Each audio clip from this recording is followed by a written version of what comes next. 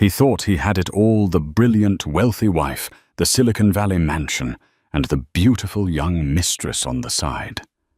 He thought his wife was on another continent, securing another deal. So he gave his mistress the key, telling her this is all ours now. He walked her through the marble foyer into his wife's closet and popped champagne from her wine cellar. But there was one detail he missed.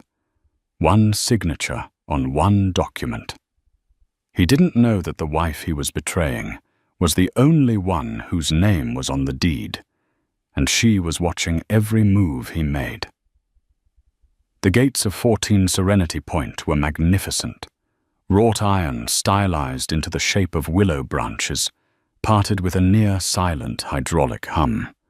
They protected a fortress of glass California redwood and brushed steel that cantilevered over the sloping green hills of Los Altos Hills. To the world, this was the home of Evelyn Vance and Michael Thorne, the Valley's golden couple.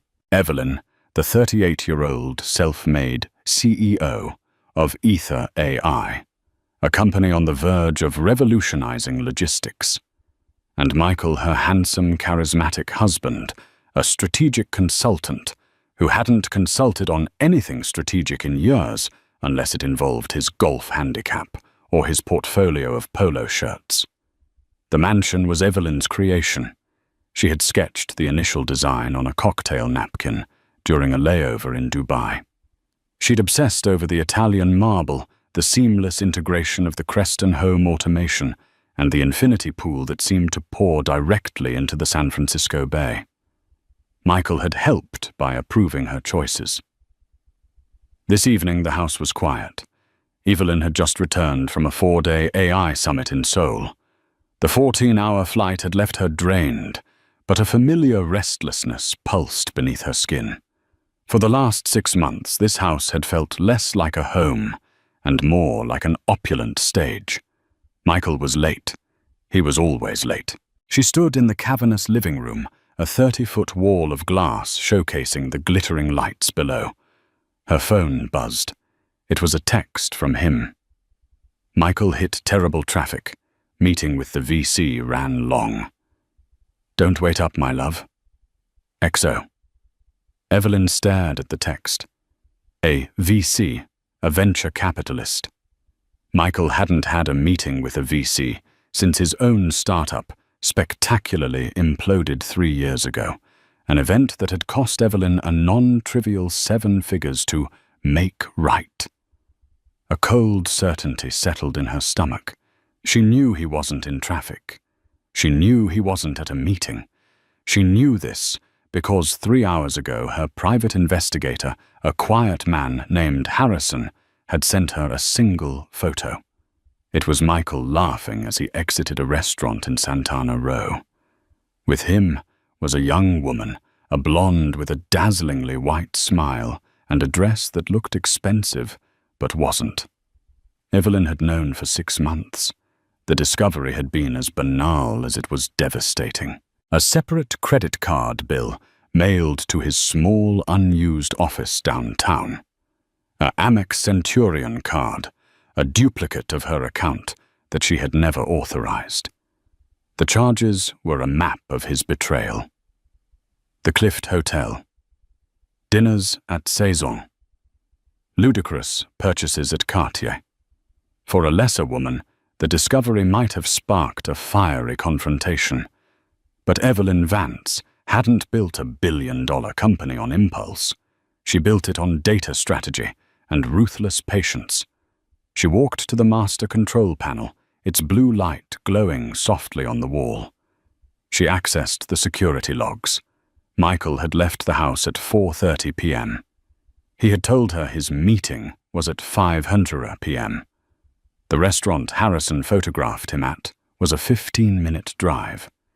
He had been with this woman for hours. She looked at her calendar.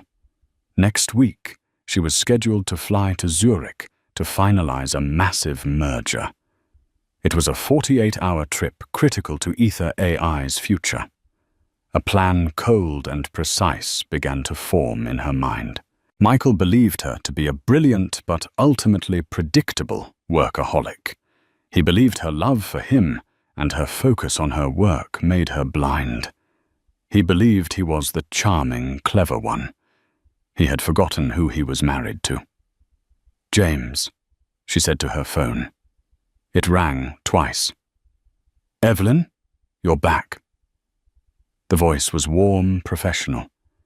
James Hayes had been her attorney for a decade, the sharpest mind at Hadrian Stone LLP. "I'm back," she said, her voice betraying no emotion. "And I have a new itinerary for the Zurich trip." "Oh, I'm not going to Zurich. I'm going to the Four Seasons in Palo Alto, but Michael will believe I'm in Switzerland." There was a heavy pause. "Evelyn, it's confirmed then." "Confirmed and documented," she said. "Now I need you to pull the incorporation papers for Vance Heritage Holdings LLC.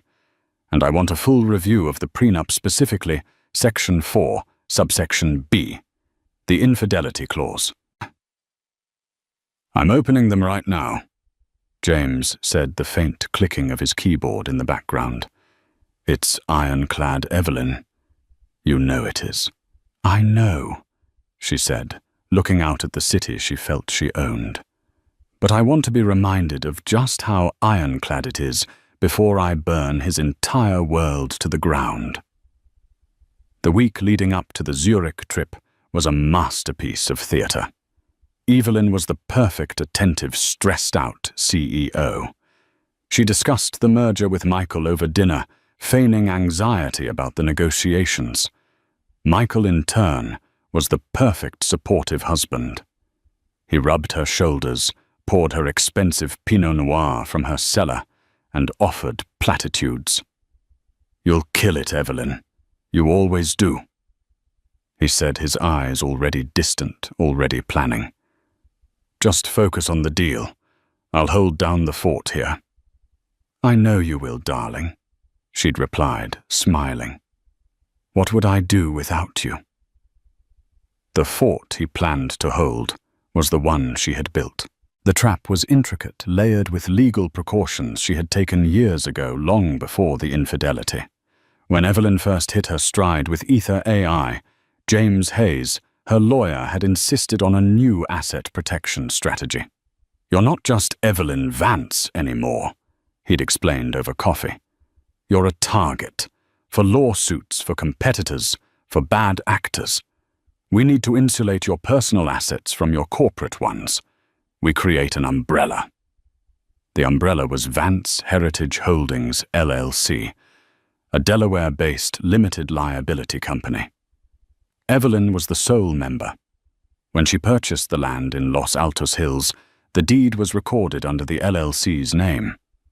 When she paid the contractors to build the mansion, the checks were drawn from the LLC's account.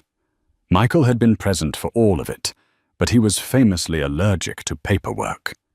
He'd seen the LLC's name and assumed it was just some tax thing James had set up for them. He never read the incorporation documents. He never asked why his name wasn't on a single piece of title. He just assumed California's community property laws meant what's hers is ours. He had also, in his haste to marry the most successful woman he'd ever met, barely skimmed the prenuptial agreement. He'd seen the generous spousal support provisions and the carve-out for his failed startup. He missed Section 4, subsection B, the morality clause. It stated clearly that if either party engaged in adulterous or defamatory behavior that brought provable reputational or emotional harm to the other, they would forfeit all claims to spousal support and shared assets reverting to only what they personally brought into the marriage. For Michael, that was a 2018 Porsche 911, a birthday gift from Evelyn, and a mountain of debt. The day of her flight arrived. Michael drove her to SFO in her Tesla Model S Plaid. He kissed her goodbye at the international terminal. "Good luck, my love. Close that deal." I'll text you when I land." She smiled, pulling her carry-on. He watched her walk through the security line, a picture of devotion. The moment she was out of sight, she exited the terminal, doubled back to the domestic garage, and got into a discreet black Audi sedan, driven by Harrison, her PI. "He's on the move," Harrison said, his voice a low monotone. "Where?" "He just U-turned back towards the city. He's on his way to a condo in the marina. Her name is Clara Jensen. 26, aspiring lifestyle blogger." "Of course she is," Evelyn said dryly. "Take me to the hotel. I want eyes on my house." From her suite at the Four Seasons, Evelyn had a god's-eye view. Harrison had set up a dedicated feed patching directly into the mansion's extensive security system, a system Michael had never bothered to learn the admin codes for. She had 16 different angles, all in high definition. At 7:15 p.m., Michael's Porsche roared up the driveway. He wasn't alone. Clara Jensen emerged from the passenger side, staring up at the house with undisguised awe. "Oh my God, Michael!" Evelyn could hear Clara's voice, faint but clear on the driveway microphone. It's a palace." "And it's all ours, baby," Michael said, his voice dripping with a smug, proprietary air that made Evelyn's blood run cold. He unlocked the 20-foot redwood door. "Welcome home." Evelyn watched them step inside. She watched him disable the main alarm, not knowing he was only disabling the guest partition. The administrator partition, her partition remained fully active, logging every sound, every movement. "James, are you on?" Evelyn said into her phone. "I'm here, Evelyn. I have the live feed." "Good," Evelyn said, her eyes fixed on the screen. "Let's see just how at home he plans to make her." For Clara Jensen, this was the moment her life truly began. The man she'd been seeing for 6 months, the handsome, charming Michael Thorne, was finally making good on his promises. His cold work-obsessed wife was gone, and he was moving her into the palace she deserved. "I can't believe this is real," she breathed, spinning in the center of the grand foyer. A custom-made Fazioli piano sat gleaming in the corner. "This is just the entrance." Michael beamed high on the thrill of transgression. He felt a potent, intoxicating sense of power. This was his house now. Evelyn, with her endless board meetings and her cold, analytical mind, didn't deserve it. She didn't appreciate it. But he did. And Clara did. "Let's get you a drink," he said.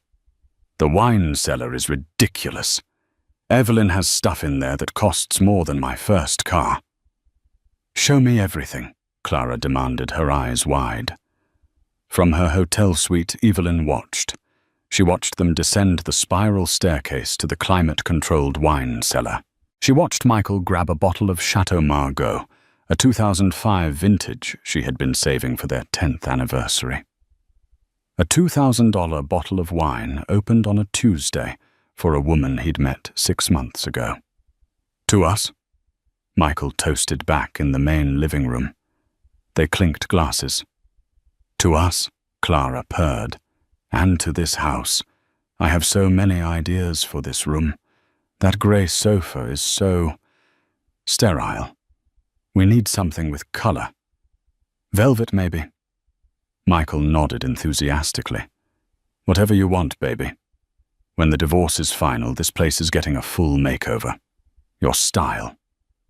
Evelyn felt a bitter laugh rise in her throat. Her style. The sofa Clara was insulting was a custom-milled Brioni, and it had cost $80,000. The real violation came next. "Now," Clara said, setting her glass down, "the one place I've really been dying to see." "Oh," Michael grinned, pulling her close. "The closet. I want to see the Queen's lair." Evelyn's hand tightened on her phone. The closet was her sanctuary.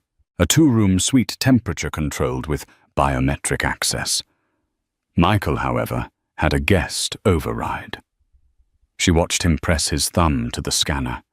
It flashed red, then green. The door hissed open. Clara gasped. It wasn't a closet. It was a boutique. Rows of Chanel Dior and Acris were organized by color and season. A glass-topped island displayed jewelry.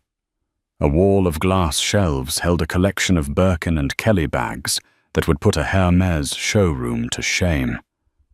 "My God," Clara whispered. She walked past the row of suits Evelyn wore for her board meetings, making a face. So boring, all grey and black. She drifted toward the evening gowns. She pulled out a shimmering, silver-beaded Jenny Packham gown that Evelyn had worn to the Met Gala. "This, though," Clara said, holding it against her body. "This has potential." She kicked off her shoes and began to undress right there in the middle of Evelyn's sanctuary. "Michael, zip me up." From the hotel, Evelyn watched the 26-year-old blogger pose and preen in her $30,000 gown. She pirouetted her reflection captured in the three-way mirror. "It's a little tight in the bust," Clara noted critically. "But I could make it work." "What do you think?" "I think," Michael said, his voice thick as he pulled her in, "that you look better in it than she ever did." He kissed her, his hands roaming over the silk and beads. Then Clara did the one thing that broke through Evelyn's cold resolve and touched the raw nerve of her fury. She walked to Evelyn's vanity, picked up the antique crystal bottle of Guerlain Le Heure Bleu, a perfume Evelyn's grandmother had worn, a scent so personal she rarely used it, and doused herself in it. "Smells like an old lady." Clara coughed, waving her hand. "We'll have to throw this out." Evelyn stood up from her chair. "That's enough," she said to the empty hotel room. She picked up her car keys. "James are the security officers in place. 2 officers stationed at the service entrance on your command," James's voice replied, taut with adrenaline. "And you have the documents ready to file. Ready to e-file with the county court the second you give the word." "Good," Evelyn said, walking to the door. "I'm going home." The 10-mile drive from Palo Alto to Los Altos Hills was the longest of Evelyn's life. She drove the black Audi, not her Tesla. She wanted silence. She wanted the element of complete surprise. Her mind was a high-functioning supercomputer, running scenarios, calculating risks, and processing the emotional data of the last 6 months. The sadness was gone, calcified into something harder, more useful. It was pure, unadulterated resolve. She pulled up to the service road, half a mile from her driveway, and cut the engine. She could see her own house blazing with light, a beacon of her success now contaminated by her husband's deceit. "Officers," she spoke into her phone. "This is Administrator Vance. I am on site. I am entering the property alone.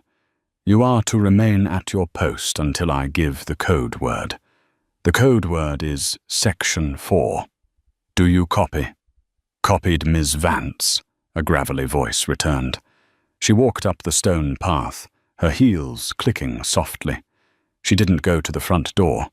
She went to a maintenance panel hidden behind a row of cypress trees. She opened it and bypassed the main gate controls.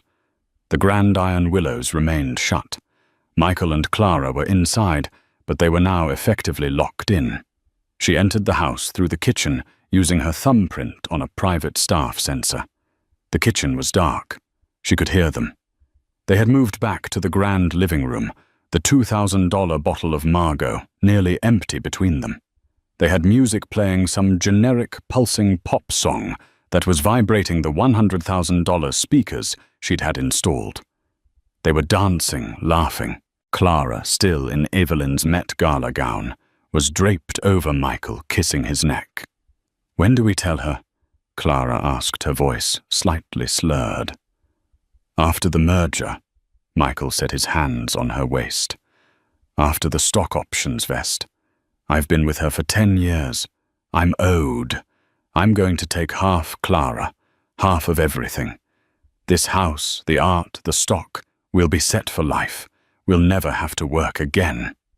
And her, what happens to her, who cares? Michael laughed. She'll have her work. She can cry into her spreadsheets. Evelyn stood in the shadows of the hallway arch. She had heard enough. She raised her personal phone. She didn't need to touch a panel.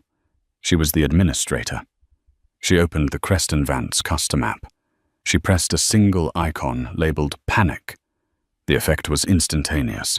The pulsing pop music cut off, replaced by a deafening silence. Then every light in the 10,000-square-foot house snapped on to full, blinding 100% brightness. The automated privacy blinds, which had been closed, retracted into the ceiling with a series of loud, synchronized zips, exposing the room to the dark hills outside. A digitized, calm female voice, Evelyn's own, which she'd used for the custom AI, filled every room. Security alert. Unauthorized presence detected in Master Suite. Guest privileges revoked. Master lockdown engaged. Clara shrieked and stumbled back, her hand flying to her throat. "What the hell is that?" she yelled. Michael spun around, his face pale with panic. It's the security system. It's glitching. Evelyn must have, I don't know. Make it stop. I'm afraid I can't do that, Michael." Evelyn stepped out of the shadows. She was perfectly composed, dressed in the sharp black slacks and silk blouse she'd been wearing all day. Her face was calm, her hands clasped loosely in front of her. She looked like a CEO about to address a hostile board. Michael froze. His blood seemed to turn to ice. "Evelyn." "What? You're in Zurich." "Clearly I'm not," she said, her voice quiet, but projecting through the cavernous room. Clara stared, her mouth open, clutching the front of the silver gown. "Oh my God! Oh my God!"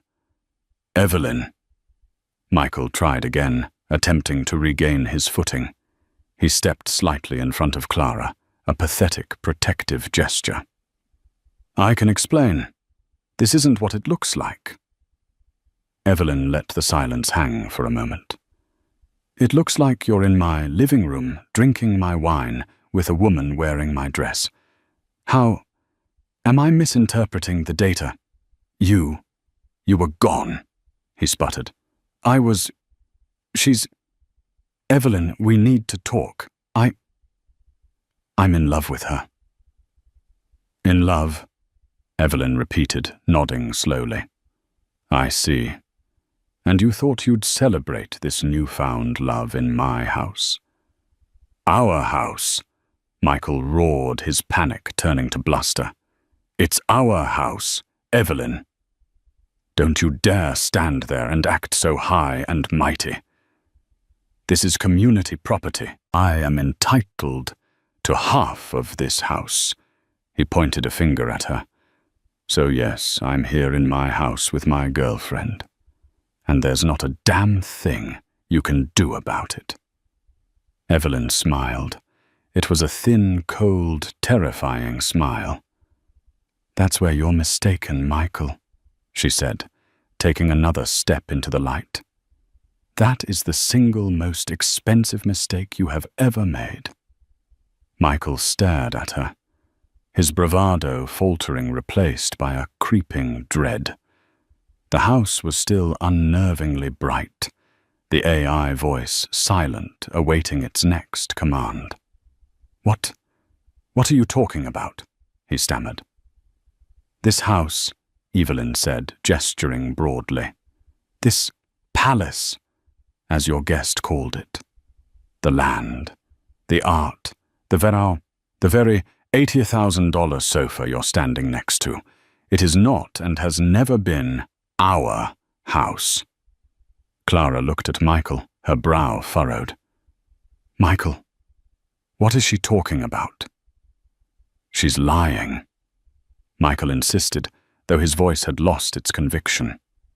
We built this together. I was here. I picked the tiles for the guest bath. You picked the tiles, Evelyn acknowledged with a tilt of her head.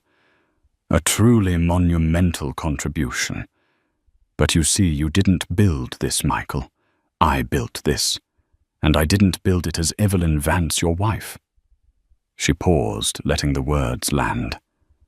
I built it as Vance Heritage Holdings, LLC, a limited liability corporation of which I am the sole member and proprietor. The color drained from Michael's face. He looked like he'd been punched. The LLC. That was just for taxes, James said. James, Evelyn said, is my lawyer. He did exactly as I instructed. He protected my assets from all liabilities, including, as it turns, in you. She took another step. This property, 14 Serenity Point, is a corporate asset. It is owned in its entirety by my company. You are not an officer of that company. You are not a signatory. You are not on the title. You are not on the deed. She looked from his horrified face to Clara's. In the eyes of the law, Michael, you are a guest. And right now, you and Miss Jensen, you are trespassing. Trespassing? Clara whispered, her hands shaking. Michael, she's bluffing. Am I? Evelyn's voice was sharp. She pulled out her phone and tapped the screen. Her lawyer's voice, James Hayes, came through on the house's speaker system, as clear as if he were in the room. Good evening, Michael, James's voice boomed. Michael jumped, spinning around as if looking for the source. James, what the hell is this? This is a formal notification, Michael, James said. As of 9:05 p.m. Pacific Time, you are being served. The dissolution of marriage papers have been filed with the Santa Clara County Superior Court. You're divorcing me. Michael looked back at Evelyn, his expression one of pure, pathetic shock. Of course I am, Evelyn said. But it gets worse for you. Michael. James's voice continued. I'd like to draw your attention to the prenuptial agreement you signed on June 1st, 2015. Specifically, Section 4, Subsection B, the morality clause. The what? Michael was pale as a sheet. The morality clause, Evelyn said, walking toward him. The one you didn't read because you were too busy calculating the spousal support. It states that any act of adultery, if proven, results in the immediate forfeiture of any and all claims to alimony, stock options, and shared marital assets. You can't prove it, Michael stammered, his eyes darting to Clara. Evelyn laughed. It was a cold, sharp sound. Michael, we are in a smart house of my own design. You are being recorded by 4 different high-definition cameras in this room alone. I have 6 months of credit card statements from your secret Amex. I have a 30-page report from Mr. Harrison, my private investigator, detailing every single one of your meetings with Miss Jensen here. She turned her gaze to Clara, who looked like she was about to faint in the $30,000 gown. And I have you, Miss Jensen, on video in my closet trying on my clothes and declaring your intention to redecorate my home. I'd say the provable harm standard has been met. Wouldn't you, James? Conclusively, Evelyn, the lawyer's voice echoed.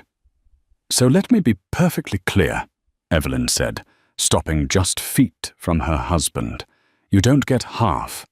You don't get the house. You don't get the art. You don't get my Ether AI stock. You get, let me check, the Porsche I bought you for your birthday. which I will not be contesting, and the debt you brought into this marriage. That is all." Michael stared at her, his mouth opening and closing, but no sound came out. The entire foundation of his life, the cushy, luxurious, effortless future he had been planning just minutes before, had evaporated. "Now," Evelyn said, her voice dropping to a deadly quiet, "I believe it's time for you to leave my house." You can't just throw me out," he finally yelled, his voice cracking. "I live here, this is my home. My clothes are upstairs." "Your clothes," Evelyn said, "are being packed into boxes by a team as we speak.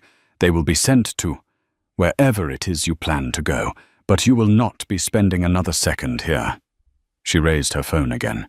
"James, send in the team. Code word, Section 4. The front door, which had been in master lockdown, chimed softly and then opened. 2 men entered. They were not police officers. They were taller, broader, and dressed in sharp, tactical black suits. They were part of Evelyn's executive protection detail from her company, a private security firm run by ex-Israeli special forces. They were professional, intimidating, and answered only to Evelyn. "Ms. Vance," the lead officer, a man with a shaved head named Oren, said, with a short nod. "Oren, please escort Mr. Thorne and Ms. Jensen from the premises." "With pleasure," he said. "You can't do this," Michael yelled, backing away as the 2 men advanced. "This is insane. This is my life." "Your life," Evelyn countered, "was a parasitic attachment to my life. The host is now removing the parasite." "Michael!" Clara shrieked, finally finding her voice. It was high and shrill. "Michael, do something. You told me this was yours. You told me you were rich." She turned on him, her terror evaporating into pure, undiluted rage.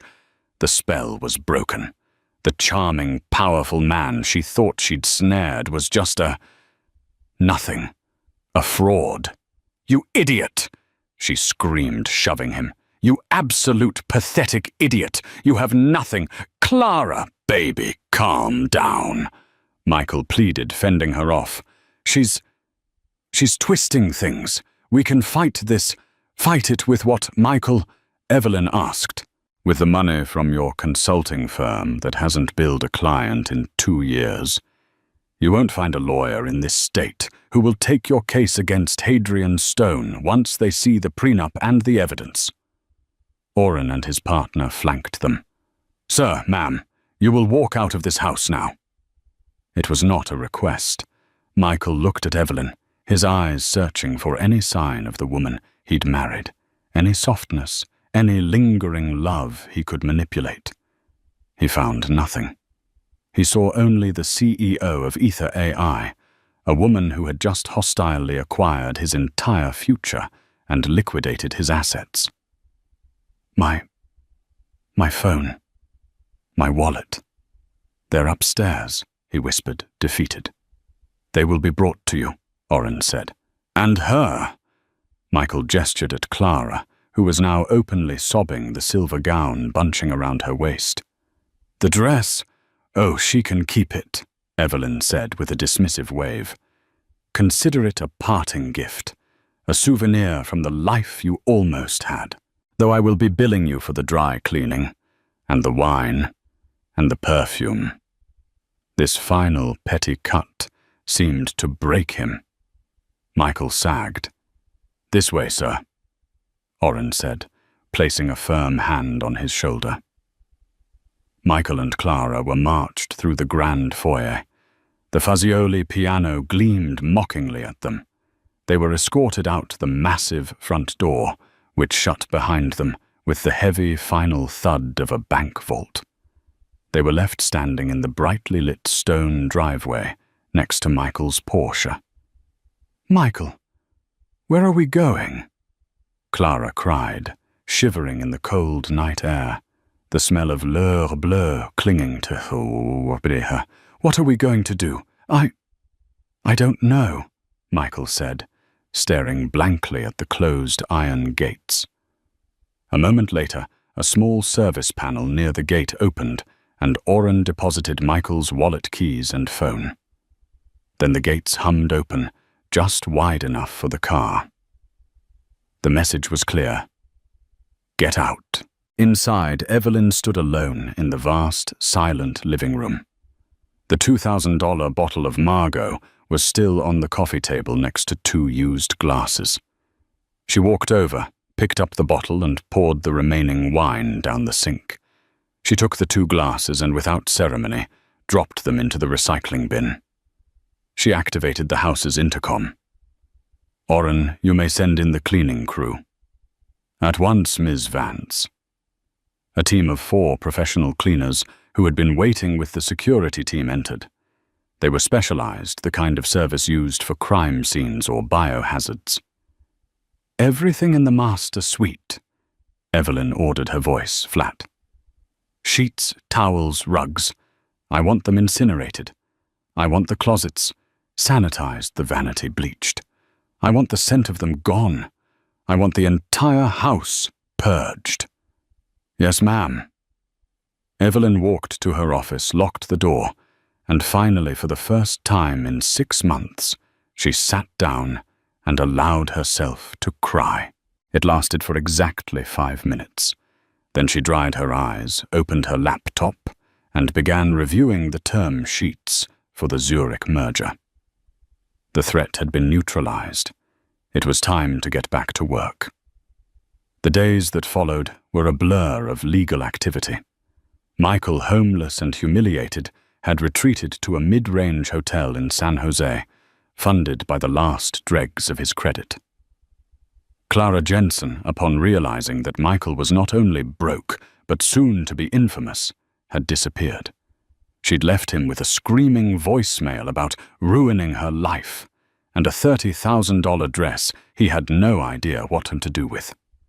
The Silicon Valley grapevine, already primed by Evelyn's PR team, exploded. The narrative was controlled, precise, and devastating. Evelyn Vance, the brilliant and private CEO, had been the victim of a calculating, parasitic husband. Michael Thorne wasn't just an adulterer. He was a fool. He had been thrown out of his own home, her home, in the most public-private way possible. Every VC he'd ever met stopped returning his calls. The golf clubs he belonged to, under Evelyn's membership, revoked his privileges. He was a social and professional pariah. He tried to hire a lawyer, but as Evelyn predicted, the moment they saw the prenup, the LLC documentation, and the mountains of video evidence, they quoted him retainer fees that he would need to sell his Porsche just to cover. He was, in a word, finished. Evelyn, meanwhile, was cleansing. The mansion was scoured. She'd had the locks changed, all keypads recoded, and the custom AI voice re-recorded. The new voice was a pleasant, anonymous British male. Hearing her own voice give security alerts had become unbearable. The closet was the hardest part. She had the cleaners dispose of everything Clara had touched. The Jenny Packham gown, the perfume, the shoes. It was a scorched earth policy. She felt no remorse. But as the dust settled, James Hayes, her lawyer, was doing his own due diligence. The divorce was simple, but he was preparing for any possible desperate countersuit from Michael. He was digging into everything Michael had done for the last year. He called Evelyn 3 weeks after the expulsion. "Evelyn, I've found something," he said, his voice grim. It's not just the affair. It's worse." Worse. Evelyn's stomach tightened. What's worse than what he did? Corporate espionage, Evelyn. Silence. "Explain," she commanded. "I cross-referenced the travel dates from Harrison's report with your corporate calendar. Every time you had a major board meeting or a product development summit, Michael met with the same person 2 days later. A man named David Foreman." Evelyn's blood ran cold. Foreman, the COO of cybernetics. Exactly, James said. Your biggest competitor. The one that's been mysteriously one step ahead of you on 2 product rollouts this year. It all clicked into place. The VC meetings, the late nights he spent in his office. He wasn't just cheating on her, he was stealing from her. He wasn't just trying to take half her money in a divorce. He was actively trying to destroy the company she had built from scratch, the man she'd shared her bed with, her fears, her triumphs. He had been her enemy, her saboteur all along. He wasn't content with half, Evelyn whispered, the realization hitting her with the force of a physical blow. He wanted it all.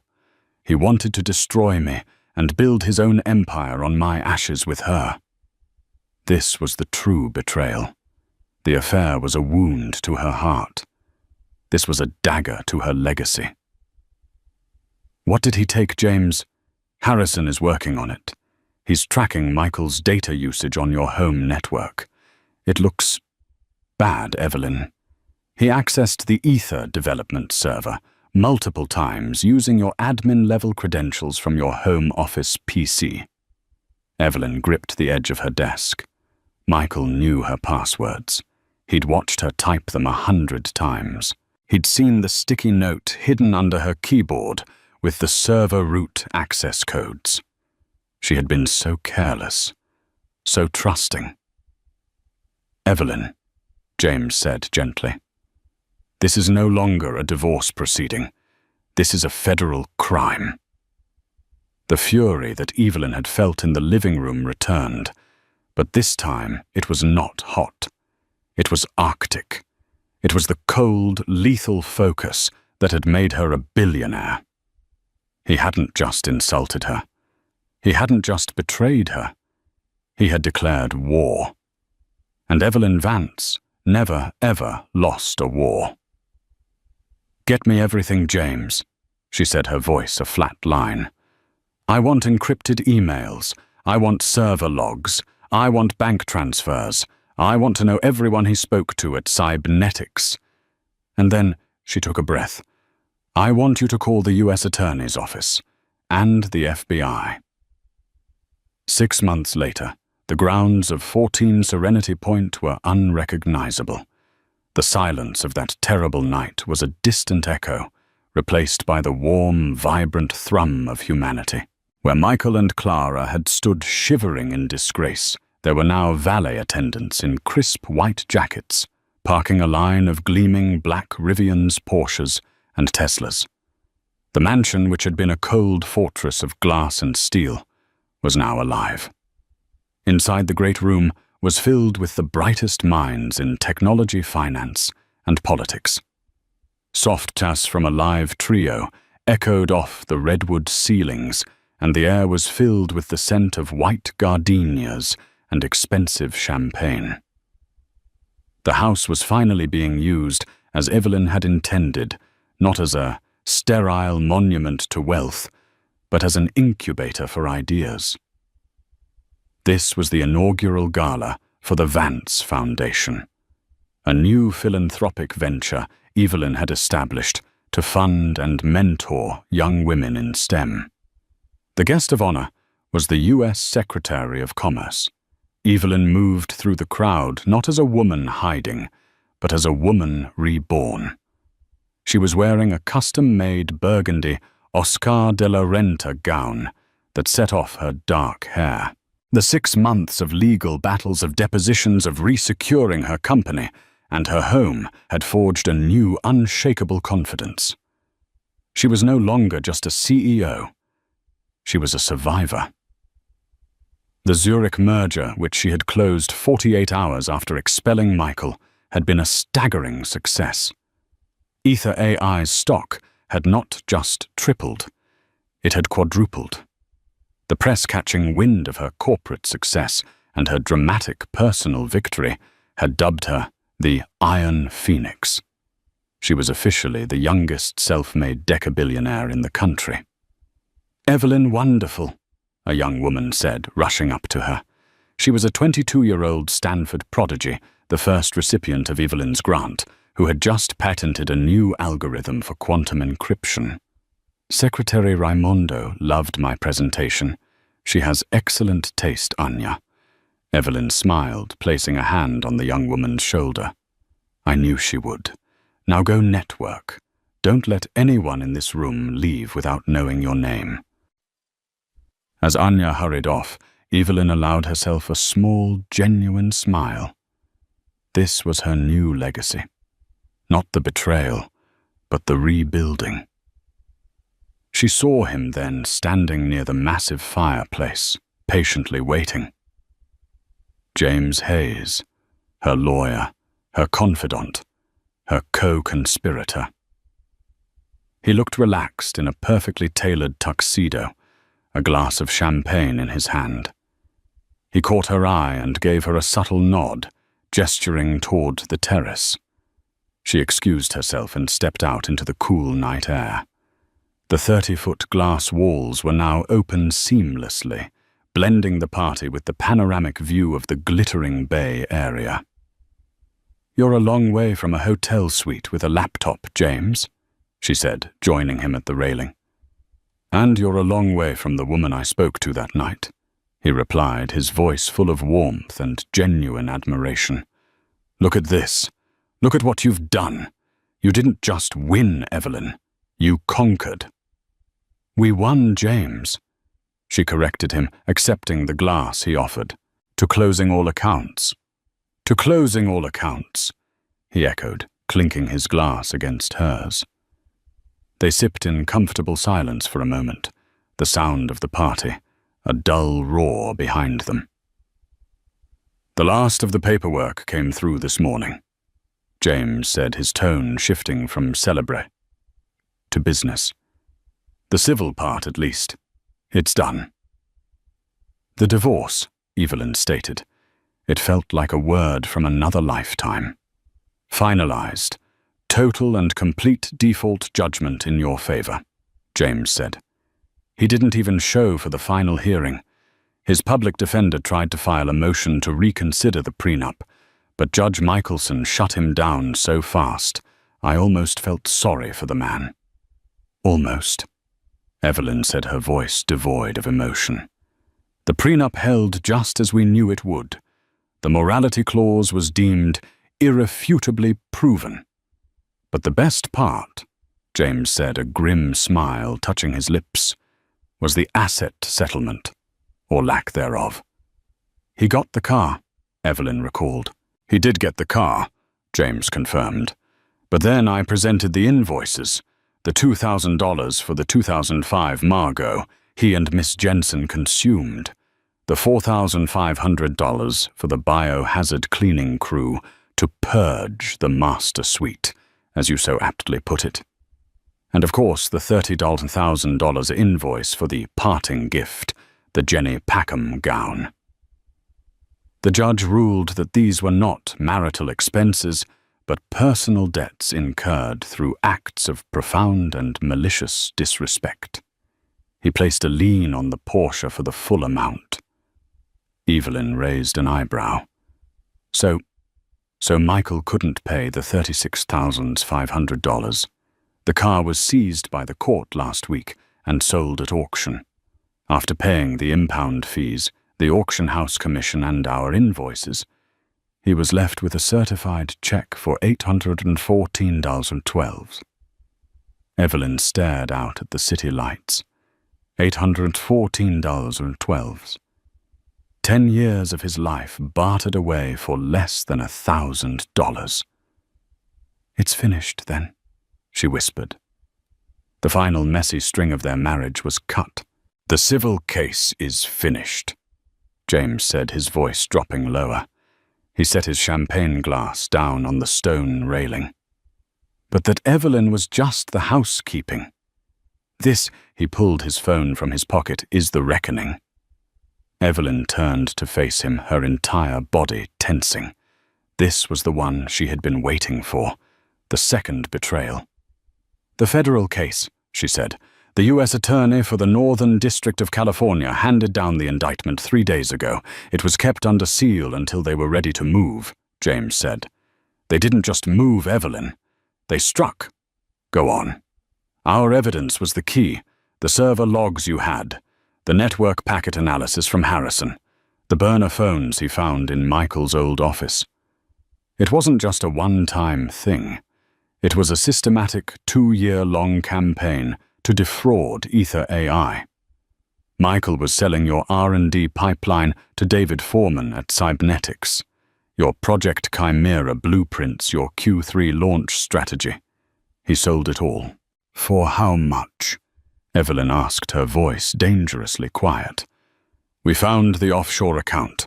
Foreman had transferred him just over $1.2 million. A pathetic amount, considering what he was giving them. He was a fool in every aspect of his life. He just wanted something that was his, even if it was blood money. The betrayal still stung sharper and deeper than the affair. The affair was an attack on her heart. The espionage was an attack on her mind. It was an assault on her legacy, on the thousands of employees who depended on her. What about Foreman and Cybernetics? Cybernetics, faced with overwhelming evidence and an impending SEC investigation, did exactly what we predicted. They fired Foreman and 2 other VPs claiming they were rogue employees. They're cooperating fully, which means Foreman is completely, utterly alone. His golden parachute was revoked. His stock options were voided. He's trying to cut a deal, but the feds are more interested in his partner. Michael, Evelyn said. Michael, James confirmed. He was arrested this afternoon at 3:15 p.m. Where? Not at a hotel. He couldn't afford them anymore. He was in a run-down, month-to-month studio apartment in Fremont, right by the train tracks. He'd already sold the $800 check for cash, probably to make rent. Harrison's team had been on him for weeks, just in case. James's face was grim. He was apparently eating cereal from the box when the FBI's Economic Crimes Task Force rammed his door. He didn't just lose his money, Evelyn. He lost himself. The U.S. Attorney sent my office the mugshot. He's gaunt. He's lost at least 30 pounds, looks 20 years older. He didn't fight. He didn't argue. They said he just crumbled, put his hands behind his back, and started sobbing. Evelyn closed her eyes for a moment, picturing it. The handsome, charismatic man who had charmed her, who had worn $5,000 suits and laughed in her home, now in handcuffs, being led out of a squalid apartment by federal agents. The image brought her no joy, only a profound, cold and final sense of completion. And her? Evelyn asked, opening her eyes. The blogger, Clara. Ms. Jensen. Oh, she's long gone. Harrison tracked her back to her hometown in Ohio. She's a receptionist at a dental office. The feds paid her a visit. She was terrified, told them everything. But she knew nothing about the corporate espionage. To her, Michael was just a rich, cheating husband. She was a pawn just like he was, an irrelevant one. They let her go. She'll be a footnote in his sentencing report. Evelyn nodded, processing it all. The intricate interlocking pieces of his downfall. What will he get? The U.S. Attorney is ecstatic. This is a high-profile, slam-dunk case. They're making an example of him. He betrayed his wife, yes, but in the eyes of the law, he betrayed his country by committing economic espionage against a company vital to national technological infrastructure. That's how they're framing it. The charges are conspiracy to commit wire fraud, theft of trade secrets, and economic espionage. He's facing a minimum of 10 years in a federal penitentiary, Evelyn. The prosecutor is pushing for 15. 15 years. A lifetime. He had so many chances. Evelyn said, her voice barely a whisper. She was speaking to the night, to the city, to herself. He could have done anything. He could have built something. I would have backed him. I did back him time and time again. She turned to James, her eyes clear and hard in the moonlight. But he chose to be a parasite. It wasn't enough for him to have things. He had to take them. It wasn't enough to be married to me. He had to try and become me by stealing what I had built. Some people can't stand to be near the sun, Evelyn, James said gently. It just reminds them of their own darkness. All they want to do is cast a shadow. He's in the shadow for good now. Justice, Evelyn said, tasting the word. It wasn't hot and fiery like revenge. It was cold, clean, and absolute. Like a perfectly balanced equation. A respectful cough came from the doorway. It was Orrin, her head of security, who had been with her since that night. Ms. Vance, he said, his presence a comforting reassurance. My apologies. Secretary Raimondo is preparing to leave, but she's asking for you. She wants to discuss the new National AI Initiative and your potential role on the advisory board. Evelyn took a deep breath, the cool night air filling her lungs. She looked at James, who smiled and raised his empty glass in a final silent toast. The past was a closed file. A painful, expensive, but ultimately finished lesson. The future was waiting for her, right inside her own home, represented by one of the most powerful women in the country. Evelyn smoothed the burgundy silk of her gown. She turned away from the dark, sweeping view of the valley and the city beyond. She didn't look back. Thank you, Orrin, she said, her voice strong and clear. Please tell the secretary I'm on my way. She walked back into the party, back into the blaze of light, back into the life she had not just reclaimed, but forged anew. And that's what happens when you mistake a woman's love for weakness. He thought the mansion was his prize, but it was her fortress. He thought he was a player, but she was the one controlling the entire game. The ultimate karma isn't just getting caught. It's realizing you were never even in control. He didn't just lose the house, he lost his freedom, all because he underestimated the woman who built the very walls he was hiding behind. What did you think of Evelyn's revenge? Was it brilliant, or was it ice cold? Let me know in the comments below what you would have done in her position. Thank you so much for watching. If you loved this story of karma and justice, make sure to hit that like button, share this video with someone who needs to see it, and most importantly, subscribe to the channel and ring that notification bell. We post new stories every single week, and you don't want to miss what's coming next. Millionaire took his mistress to buy a crib. His pregnant wife bought the entire baby brand. They say a secret can unravel even the tightest of bonds. In this story, that secret is a simple crib. Purchase an errand so ordinary, yet laden with extraordinary betrayals. Daniel Harrington, a wealthy businessman with ties to celebrity circles, thought he could keep his double life in perfect balance. Little did he know a single shopping trip with his mistress would spark the ultimate backlash. His pregnant wife Sabrina, armed with determination and heartache, would respond in a way no one saw coming by buying the entire baby brand. Brace yourselves for a story of deceit, power plays, and karmic twists. Daniel Harrington was the kind of man who radiated confidence. Standing 6 feet tall with steely grey eyes and a neatly trimmed beard, he had always considered himself a self-made success story. Born in a modest home in Boston, Daniel built his empire from the ground up, beginning as an intern at a tech startup in his early 20s, and eventually starting his own software consulting company. His meteoric rise to wealth had been punctuated by headlines in local business magazines.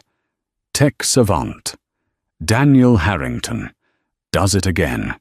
Fortune favors the bold. Daniel Harrington's startup explodes in value. In the well-heeled circles of New York City's Upper East Side, Daniel held a reputation that balanced professionalism with a hint of philanthropy. He had donated generously to local charities, including pediatric hospitals, to cultivate a polished public image. People knew him as a man who threw grand galas, invited Fortune 500 CEOs to his dinners, and once even attended an exclusive business conference hosted by Mark Cuban. Daniel was unstoppable. His personal life on the surface was just as impeccable. He had met Sabrina Lindstrom at a charity ball 5 years ago. Sabrina was the granddaughter of a Swedish real estate magnate, raised with both refinement and a keen sense of humility. She was a tall, elegant woman with warm brown eyes and an ever-present air of composure. Though her upbringing involved lavish estates in Stockholm and summer homes in Capri, Sabrina's heart was pure gold. She was known for her philanthropic work with children's hospitals, which had sparked Daniel's admiration from day one. They married at a chateau outside Paris, an event that made the society pages complete with fireworks over the Seine, and a guest list that included influential politicians and business icons. It was by all accounts a fairy tale union, and the press adored them. Sabrina, well-versed in public relations, handled Daniel's press engagements seamlessly, while Daniel continued to expand his ever-growing empire of tech solutions and digital ventures. In the earliest days of their marriage, Sabrina would watch her husband stand before a mirror in their penthouse suite overlooking Central Park and fix the collar of his suit. Daniel was ambitious, a trait she found both exhilarating and daunting. But Sabrina was no pushover. She was equally driven, albeit with a heart set on philanthropic endeavors rather than corporate boardrooms. For a while, it seemed like they complemented each other perfectly. The entrepreneur and the philanthropist, the power couple at the heart of New York's elite social scene. It was in their 3rd year of marriage that Sabrina became pregnant. The couple had struggled for nearly a year, consulting specialists and exploring fertility treatments. When Sabrina announced the positive test, Daniel beamed like a child on Christmas morning. The images from that day captured a side of him, not often seen in board meetings. Tender, emotional, and unmistakably invested in becoming a father. He brought Sabrina flowers every day for a week, and for a moment, it seemed as though they were on track to be the perfect family. However, life in the spotlight can be heavy with temptation. Daniel traveled extensively for business, often out of the country for weeks at a time, sealing deals in Dubai, Singapore, and London. Occasionally, Sabrina joined him. More often, she stayed home, busy with her charitable work, and now caring for herself during pregnancy. The physical distance began to carve an emotional gulf between them.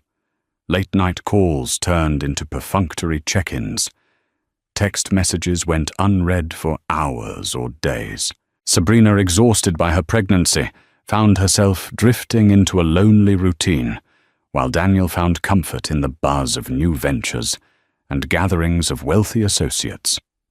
On the fringes of his glamorous world, certain names started to float into casual conversation, particularly that of a beautiful socialite named Clarissa Morgan. Clarissa had recently made headlines for her involvement in a minor film project in Hollywood, and her image was frequently splashed across tabloids. With her raven black hair, emerald green eyes, and a figure that demanded attention, Clarissa was a sensational presence. Rumors had it she was single again after a messy breakup with an art dealer in London. Somehow her path crossed with Daniel's, at a technology event in Silicon Valley, where she was a spokesperson for a startup focusing on AI-driven marketing. At first, Clarissa was just another face in Daniel's wide network, but as weeks turned to months, discrete sightings of them together began to emerge. A private plane flight to a conference in San Francisco, a late-night dinner at a Michelin-starred restaurant, just the two of them. The hush-hush chatter among the staff at Daniel's penthouse servants occasionally mentioned receiving phone calls from Ms. Morgan, though her name never appeared on any official appointment diaries or guest lists. For a man who had always prided himself on his self-control and devotion to Sabrina, it was a dangerous line to walk. Yet Daniel seemed unable or unwilling to resist Clarissa's allure. She was adventurous, spontaneous, and offered a thrill that tested the boundaries of his carefully cultivated image. If Sabrina represented stability and unwavering love, Clarissa symbolized excitement and the kind of spark Daniel feared he might be losing in his comfortable marriage. Like many men of power, Daniel believed he could keep both his wife and his mistress satisfied, carefully compartmentalizing each part of his life. But secrets like wildfires have a way of spreading, and once ignited, they can be nearly impossible to contain. The spark that would eventually set everything ablaze was ironically something as mundane as a baby crib, yet it was not the crib itself, but rather the circumstances surrounding its purchase that would bring Daniel's entire double life into peril and unleash a chain of events nobody could have predicted. Clarissa Morgan was the epitome of high society charm. She had a cutting wit, a knack for seduction, and the ability to read powerful men like an open book. She knew Daniel was married. Everyone in their circle did. But for Clarissa, the thrill of capturing a man who seemed otherwise unattainable was the ultimate sport. She played the game skillfully, never pushing Daniel too hard, always appearing a little out of reach and offering him glimpses into her world of glitz and spontaneity that made him feel alive. Daniel's attraction to Clarissa was both physical and psychological, where Sabrina was gentle and supportive. Clarissa was electric and demanding. She challenged him, fueled his ego, and sometimes, he would never say it aloud, made him feel more masculine than he had in a long time. His need for her became less about love and more about the rush, a drug to feed the emptiness he occasionally felt despite his success. Their affair began with clandestine dinners, hushed phone calls, and well-timed business trips. Initially, Daniel rationalized it. He was working hard supporting his pregnant wife, and if a bit of excitement on the side helped him cope with the constant pressure, what was the harm? He showered Clarissa with expensive gifts, jewelry from Tiffany's, a limited edition watch, and even a customized handbag with her initials. In return, Clarissa provided him an escape from the responsibilities that weighed heavily on his shoulders. Sabrina, meanwhile, was navigating the rocky waters of pregnancy alone. She was 4 months along, and while the morning sickness had finally begun to fade, the emotional turbulence was stronger than ever. Daniel's prolonged absences and distracted phone calls worried her.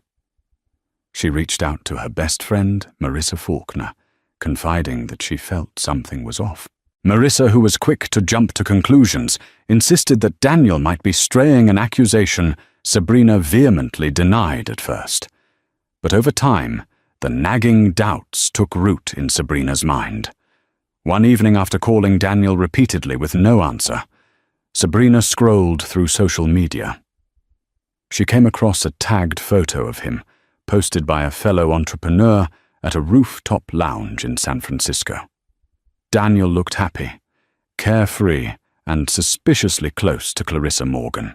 Although the angle was blurry and Clarissa's face was partially hidden, Sabrina recognized her from tabloids. Her heart sank, but she forced herself to remain calm. Perhaps it was an innocent encounter, Daniel often met colleagues and potential investors for late-night drinks. But the more Sabrina tried to rationalize, the more the doubt grew. She decided not to confront Daniel immediately, hoping to find concrete evidence or a clear sign that she was simply overreacting. For weeks, she kept her suspicions locked away, focusing on her prenatal health and philanthropic projects. She spent time visiting children in hospitals and organizing a charity art auction.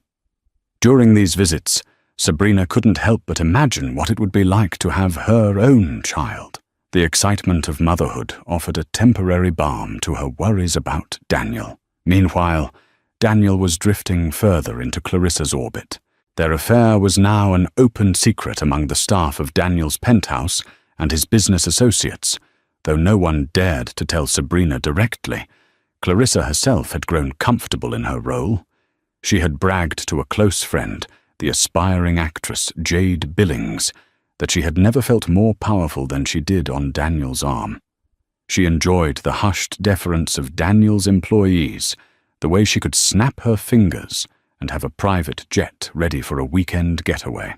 It was an arrangement that suited her well. All the while, the tension in Daniel's life was escalating. His software consulting company had landed a massive contract with a government entity, which demanded more oversight and a squeaky clean image. He needed Sabrina by his side for public relations. She was the perfect partner for presenting a united front at press conferences and charity events, yet he also craved Clarissa, whose allure promised a break from the endless negotiations and corporate scrutiny. It became a precarious balancing act. Each time Sabrina asked about his whereabouts, Daniel concocted another half-truth. Each time Clarissa batted her eyelashes, he reminded himself that one slip-up could destroy everything.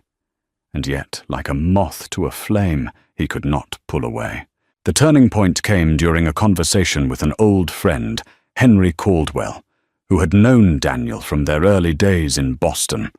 Over dinner at an upscale Manhattan restaurant, Henry noticed Daniel's anxious demeanor. "You look like you're carrying the weight of the world," Henry said. "Any trouble at home?" Daniel forced a laugh. "You worry too much?" "Henry, I'm just under pressure with these new deals." "Henry." A savvy observer gave Daniel a skeptical glance. "You know I've got your back, but be careful. The higher you climb, the harder the fall if you slip." Henry's words reverberated in Daniel's mind. Still, Daniel assumed he could handle it. Men of power often share one common flaw. They think they are indestructible, immune to the normal moral consequences that bind everyone else. He had no idea that Sabrina was quietly gathering her own puzzle pieces, and that Clarissa's ambitions were slowly growing beyond just weekend getaways. Everything was inching toward a climax, and it was only a matter of time before the carefully spun web of lies collapsed under its own weight. A month later, Sabrina found herself in an ultrasound exam room, staring at the black and white image of a tiny life flickering on the screen. She was just over 20 weeks pregnant, and the baby's heartbeat sounded strong. Though she smiled at the technician, her heart felt heavy. Daniel had promised to be here. Instead, he texted her moments before the appointment, saying he had a critical meeting with a government representative about the new contract. Sabrina tried to focus on the miracle taking shape inside her. She listened to the steady thump-thump of her baby's heart and imagined the life that awaited them. Yet the absence of her husband cut into her joy like a cold blade. She politely thanked the doctor, collected the ultrasound pictures, and left the clinic with a mixture of love for her baby and growing resentment toward Daniel. Driving home, she recalled how Daniel once insisted on attending every appointment, every birthing class. But now, as success enveloped him, and possibly something else, his promises evaporated. Sabrina's frustration escalated into a quiet resolve. She needed to uncover the truth. The doubt and anxiety that had been gnawing at her demanded resolution. At home, Sabrina's first step was discreet. She checked phone records. While she couldn't intercept Daniel's private calls, she noticed a repeated number from Redwood City, California, that frequently appeared at odd hours. Suspecting it was Clarissa, Sabrina decided she wouldn't confront him directly about it yet. Instead, she spoke to a private investigator, a middle-aged woman named Alexis Cruz, recommended by a friend who had used her services in a similar situation. Alexis's approach was systematic and professional. She began following Daniel during his business trips, tailing him from hotels to restaurants. It didn't take long for Alexis to confirm Sabrina's suspicions. Daniel and Clarissa were photographed entering a penthouse suite at the Four Seasons in San Francisco. They were seen dining together, laughing intimately, and even making purchases at luxurious boutiques. The final straw was a series of photos showing Daniel and Clarissa stepping into a high-end baby store. Downtown, Clarissa's hand lingered on Daniel's arm, and the store clerk later reported they were looking at cribs and nursery decor. When Alexis presented the photos to Sabrina, her hands shook, and she felt a wave of nausea that wasn't just from the pregnancy. For a moment, she debated confronting Daniel with the evidence. The heartbreak was searing her husband. The father of her unborn child was brazenly shopping for nursery items with another woman. The betrayal cut deeper than she had imagined. But Sabrina was not just any woman scorned. She was a strategist in her own right. She recognized the scenario. Clarissa was trying to weave herself into Daniel's life on a level that overshadowed even Sabrina's pregnancy. Clarissa wanted to be significant enough to Daniel that he'd willingly walk into a baby store with her, a store that by all rights Sabrina should have been visiting with him. Sabrina's sorrow soon twisted into anger, and then into something like cold determination. I'm going to make sure he knows exactly who he married, Sabrina told Alexis. And when I'm finished, they'll both regret this. That very day, Sabrina set two major plans into motion. First, she devised a way to corner Daniel into revealing his own deceit, using the one thing he valued above all else, his reputation in high society and in the business world. Secondly, she contacted an investment broker friend, Melissa Chan, who specialized in acquiring businesses. Sabrina had an unconventional idea, something that, if executed correctly, would send a message not just to Daniel, but to everyone watching. As Sabrina kept her composure, Daniel remained oblivious at home. He noticed she was quieter, more distant, but assumed it was merely pregnancy hormones. He even felt a twinge of guilt. The baby was due in a few months, and he knew he should be more present. But Clarissa's demands were growing, and she had entangled herself in his emotional fabric.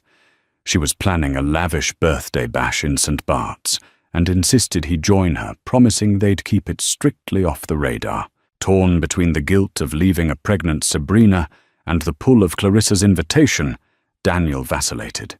In the end, his fascination with Clarissa won out. He told Sabrina he had an urgent meeting with new investors in the Caribbean. The lie tasted bitter in his mouth, but he convinced himself it was necessary. This business was too big to pass up. He said Sabrina listened to his words without contradiction. She simply nodded and pretended to believe him. She had grown far beyond anger. Now she was in full strategic mode. Each of Daniel's lies became another brick in the foundation of her plan. Before he left, Sabrina set a small gift on his suitcase, a silver rattle for the baby. She forced a sweet smile. "Don't forget why we're here. Daniel, come back to me safe," she said, her voice controlled and steady. Daniel kissed her on the forehead, muttered something about missing her, and hurried out the door. Sabrina watched him go with a mix of sadness and anticipation, certain that the stage was now set. She had no intention of letting Daniel's betrayal remain hidden for long, and she was about to prove that heartbreak, when wielded by someone with intelligence and resources, could transform into a powerful catalyst for revenge. The baby store that Daniel and Clarissa visited in San Francisco was part of a small but prestigious chain known as Cradle and Crown. It catered to affluent parents, offering handcrafted cribs, silk bedding designer strollers, and custom nursery artwork. The flagship location featured private shopping suites, crystal chandeliers, and personal shoppers who fawned over high-profile clients.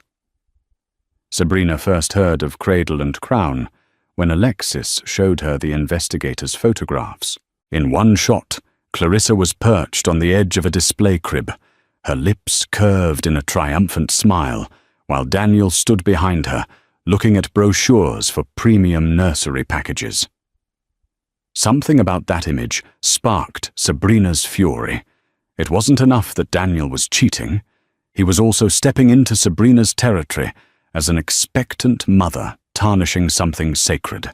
Sabrina's unborn child deserved better than a father who would shop for cribs with a mistress. As weeks passed, Sabrina's pregnancy advanced into its 6th month, and she started making her moves in silence. Through Melissa Chan, she arranged discreet meetings with the Cradle and Crown brand's owners, an older couple named Howard and Bianca Stevenson. They were initially hesitant about selling, as Cradle and Crown was their life's work. However, Sabrina had a way of presenting her offer that was too tempting to refuse. She came prepared with detailed market analyses, expansion plans, and a promise to preserve the brand's artisanal essence. On top of that, she brought in personal stories of philanthropic initiatives that benefited families and children's health. Within weeks, the Stevensons agreed to the sale. The acquisition papers were signed in a private room at a luxury hotel in Manhattan. Sabrina insisted on absolute secrecy. No press releases, no public statements. The brand's name would remain unchanged, and from the outside, Cradle and Crown would look as if it had the same owners. But quietly, Sabrina became the majority shareholder and effective CEO. Daniel remained in the dark, busy with his government contracts and juggling. Clarissa's demands, he paid little attention to Sabrina's newfound hobby. If he noticed her frequent phone calls and meetings, he assumed they were related to her charity work or the occasional real estate investments Sabrina had dabbled in thanks to her Swedish family connections. He had no reason to suspect his wife had purchased an entire baby products brand, least of all the very one in which he and Clarissa had been picking out a crib. The day Daniel and Clarissa decided to finalize their crib purchase, Sabrina orchestrated a scenario that would unravel everything. Clarissa, feeling increasingly smug about her hold on Daniel, proposed they buy the most extravagant crib from Cradle and Crown. She wanted a statement piece, something that symbolized her place in Daniel's future. Although Daniel felt a twinge of guilt, he accompanied Clarissa to the store. What neither of them expected was the VIP treatment they received upon arrival. A store manager, fully aware of the recent change in ownership, offered them the private shopping suite. Lavish hors d'oeuvres, sparkling water, and soft music set the stage for what Clarissa assumed would be a romantic moment. She draped herself across the plush seating area, beckoning Daniel to her side. The manager offered them champagne, which Clarissa accepted, giggling about how it felt so decadent to shop for a crib this way. As they examined the custom crib designs, the manager discreetly left the room. Moments later, Sabrina walked in. She was elegant in a fitted maternity dress, her baby bump now undeniable.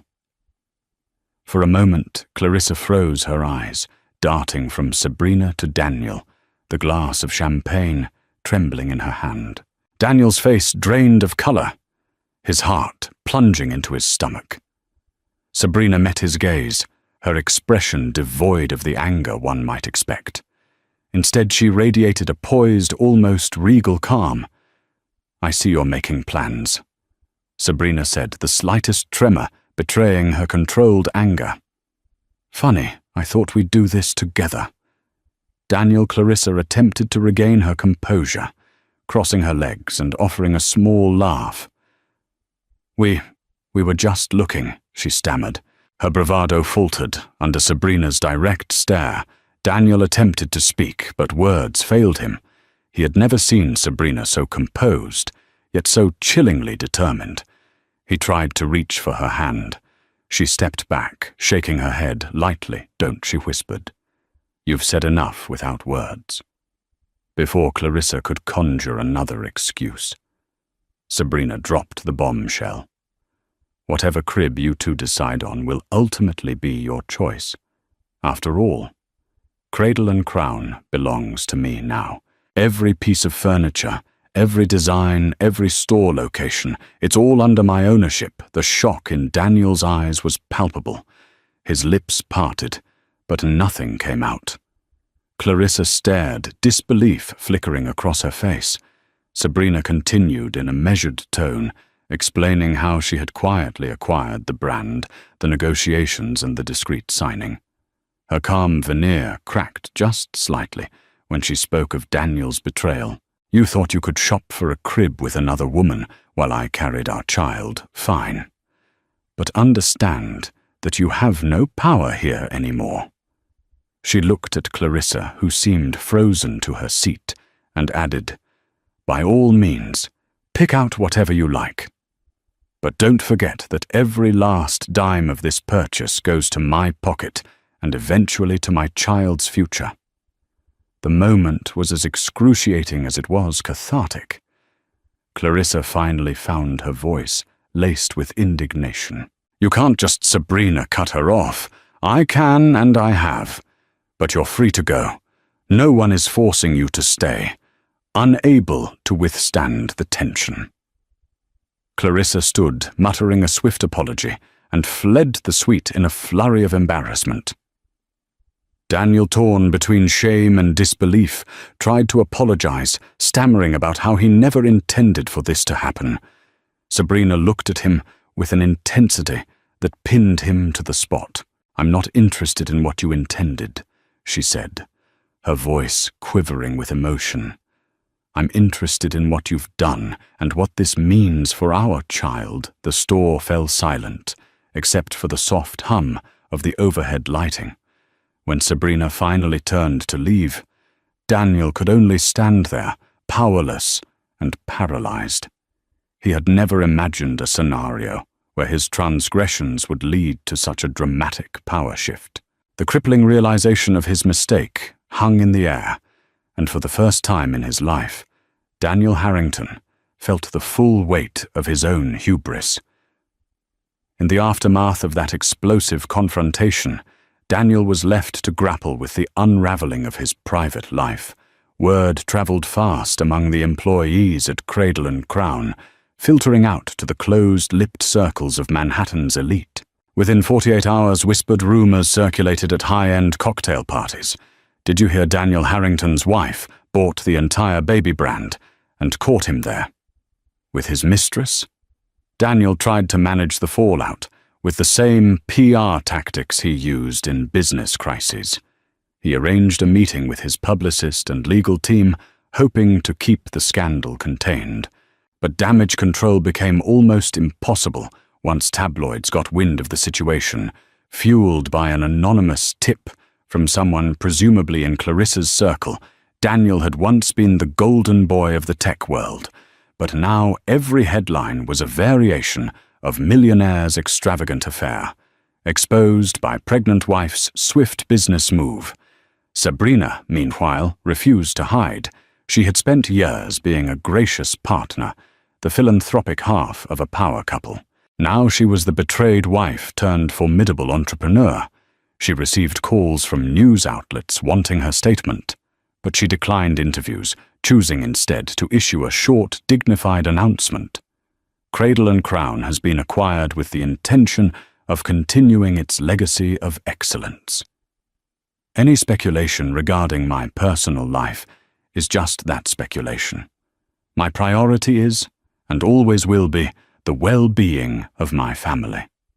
The business world reacted with a mix of awe and caution. Some commended Sabrina for her savvy move and unwavering composure. Others whispered behind closed doors that this spelled doom for Daniel's once impeccable brand. Even government officials overseeing his new contract expressed concern about how personal scandals might reflect on Daniel's professional reliability. For Clarissa, the sudden exposure was humiliating. She retreated from the public eye, cancelling her upcoming birthday bash in St. Bart's and avoiding paparazzi who were desperate for a quote. She wrote Daniel a series of frantic text messages, oscillating between fury at being humiliated and pleas for him to protect her from the tabloid onslaught. Despite her glamorous aspirations, Clarissa despised being known merely as the other woman. She had aimed to ascend through social circles with Daniel by her side, but now her reputation was tarnished. Amid the chaos, Daniel had no choice but to confront Sabrina face to face. He found her in the nursery of their penthouse, studying color swatches for the walls. The place looked surprisingly spare. No crib, no baby decorations, nothing but painted samples and a few furniture catalogues. She was alone, a hand on her growing belly, lost in thought. When she glanced up, her expression was stoic, guarded by layers of hurt. "Can we talk?" Daniel asked quietly. Sabrina nodded but kept her distance. Her posture was rigid, as though bracing herself for impact. Daniel's voice trembled as he began. "I'm sorry. There's no excuse. I got caught up in something. I didn't know how to stop. I was stupid and selfish." He paused, searching her eyes for any flicker of forgiveness. "I know an apology isn't enough, but I am sorry." For a moment, Sabrina seemed on the verge of tears. Her voice, however, remained measured. "You humiliated me. In public, in private. Worst of all, you risked our family's future for a cheap thrill." He tried to approach, but she stepped back. "I understand if you hate me," he said, his own eyes moist. "I deserve it," Sabrina inhaled a shaky breath. "I don't hate you, but I don't know if I can trust you. Every time I close my eyes, I see you in that store with her. Do you know how that feels?" A tear finally slid down Daniel's cheek. He had spent his life avoiding vulnerability. Yet here he was, laid bare by his own actions. "I know I've ruined everything. Just tell me how I can make this right." Sabrina said nothing at first. She turned away, resting a hand on the near-empty crib catalogue. When she finally spoke, her voice was clear, her words decisive. "You can't make it right overnight. I'm not even sure if we can repair this at all, but I'm carrying our child, and he or she deserves a father who shows up. So for now, we navigate this carefully. You focus on the baby, and so will I. We'll see what happens." Daniel nodded, a flicker of hope in his eyes. He knew this was the best he could hope for at the moment, a chance to stay in Sabrina's orbit, to prove himself, however slim that chance might be. In the days that followed, the tension in the penthouse was tangible. Daniel moved his belongings into the guest suite, an unspoken agreement that he would keep his distance until Sabrina decided otherwise. He spent his free time researching child development, attending prenatal classes alone, and consulting with marriage counselors. Meanwhile, Sabrina remained outwardly composed, but at night she wrestled with heartbreak and anger. She found fleeting comfort in feeling the baby's kicks, reminding her that amidst all the turmoil, a new life was on its way. And so the couple lived under one roof, barely speaking beyond what was necessary to coordinate doctors' appointments. Their once glamorous world was now a minefield of paparazzi business dilemmas and unresolved emotional wounds. Yet even in the darkest moments, Sabrina felt a strange sense of empowerment. She had taken control of her narrative, reclaiming a shred of dignity by outmaneuvering the mistress. If Daniel wanted to make amends, he would have to traverse a path of accountability and humility like never before. News of Daniel's affair and the subsequent baby brand buyout didn't vanish overnight. In fact, it gained traction, fueled by talk shows and tabloids eager to spin sensational theories. Was Sabrina's move a callous exercise of power? Would Daniel attempt to save face by stepping down from his company? Would Clarissa resurface in a tell-all interview? The scandal had real business ramifications. Stocks for Daniel's company. Harrington Tech Solutions wavered, reflecting a dip in investor confidence. Government officials scrutinized him more closely, hinting that any negative press might jeopardize the integrity of their contract. High-level partners once eager to jump on board, his ventures became suddenly cautious. Despite the building pressure, Daniel refused to retreat entirely. He believed he could rectify the situation if he worked hard enough. Mornings found him in a whirlwind of crisis meetings with PR teams and attorneys. Afternoons were devoted to fulfilling obligations on the government contract, a Herculean task under the watchful eyes of potential critics. By evening, he returned to the penthouse, greeted by silence. Sabrina kept to her private quarters, interacting with him only for baby-related matters, or if mutual appearances were unavoidable. During one such evening, Daniel found Sabrina standing in the penthouse library, flipping through a family photo album. Pictures of their wedding in Paris, her in a billowing white gown.